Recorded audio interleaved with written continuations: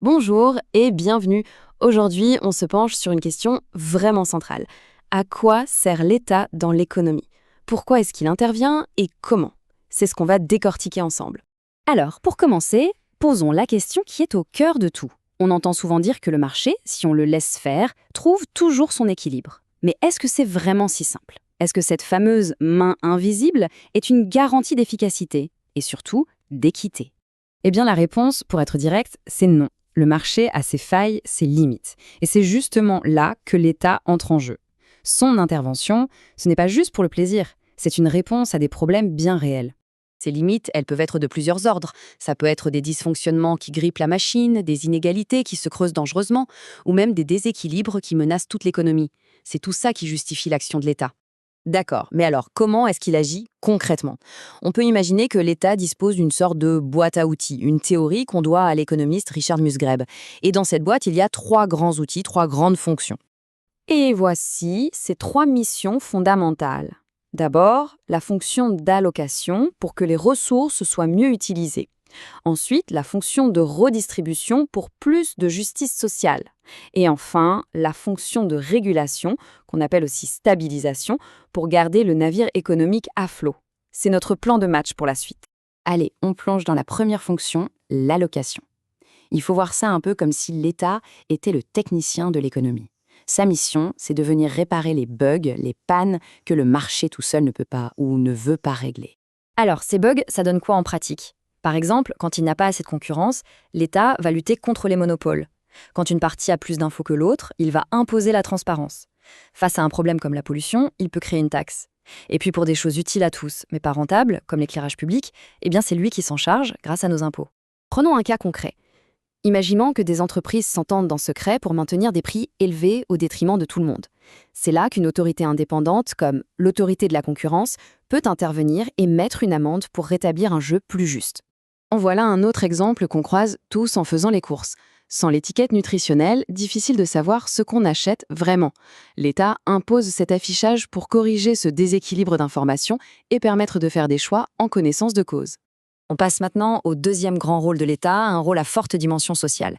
La redistribution. Son objectif, c'est de venir corriger les inégalités de revenus et de patrimoine que le marché, de par sa nature, a tendance à créer, voire à accentuer. Et comment ça fonctionne? En fait, c'est un mécanisme en deux temps.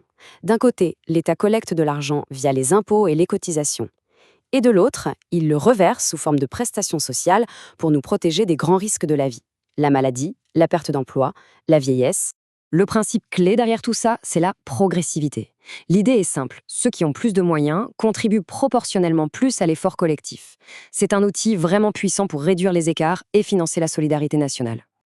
Et nous voilà à la troisième et dernière fonction. Si l'économie était un grand navire, la régulation, ce serait le travail du capitaine et de son équipage. Là, on passe à une échelle macroéconomique. On veut maintenir le cap, éviter les grosses tempêtes et s'assurer que l'économie dans son ensemble ne dérive pas.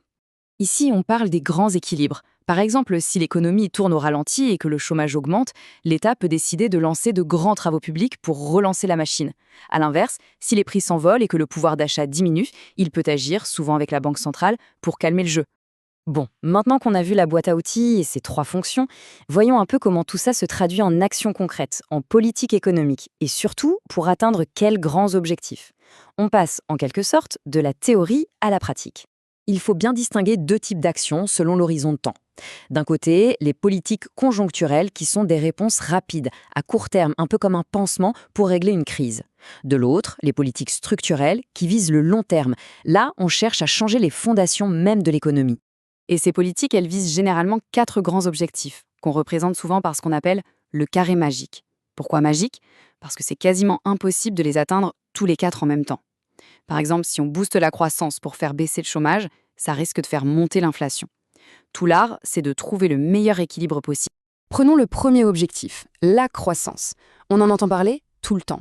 En termes simples, c'est juste l'augmentation de la richesse totale qui est créée dans un pays pendant un an.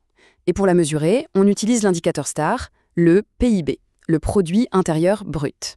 Et cette richesse, comment on la calcule? En fait, le PIB, c'est tout simplement la somme de toutes les valeurs ajoutées. La valeur ajoutée, c'est la richesse qui est réellement créée par une entreprise. On la calcule en prenant la valeur de ce qu'elle a vendu, moins tout ce qu'elle a dû acheter pour produire. Pour que ce soit limpide, prenons un exemple tout bête. Un boulanger vend pour 50 € de pain. Pour faire ce pain, il a utilisé pour 20 € de ce qu'on appelle des consommations intermédiaires, farine, électricité, etc. La vraie richesse qu'il a créée, sa valeur ajoutée, c'est la différence. 50 moins 20, ça fait 30 €. Eh bien, le PIB, c'est la somme de toutes ces valeurs ajoutées dans tout le pays. Un autre objectif vital, c'est la stabilité des prix. Parce qu'une inflation qui dérape, c'est très mauvais signe. D'abord, ça grignote le pouvoir d'achat si les salaires n'augmentent pas aussi vite. Ensuite, ça rend les produits du pays plus chers pour les étrangers, ce qui est mauvais pour les exportations et donc pour la compétitivité générale. Finalement, tout ce qu'on vient de voir nous ramène à une question fondamentale, un débat qui n'est jamais vraiment terminé. Où placer le curseur de l'intervention de l'État ? Est-ce qu'il faut un État-providence très présent ou au contraire un État-gendarme qui intervient le moins possible ? Il n'y a pas de réponse toute faite et trouver ce juste équilibre, c'est sans doute le plus grand défi de toute politique économique.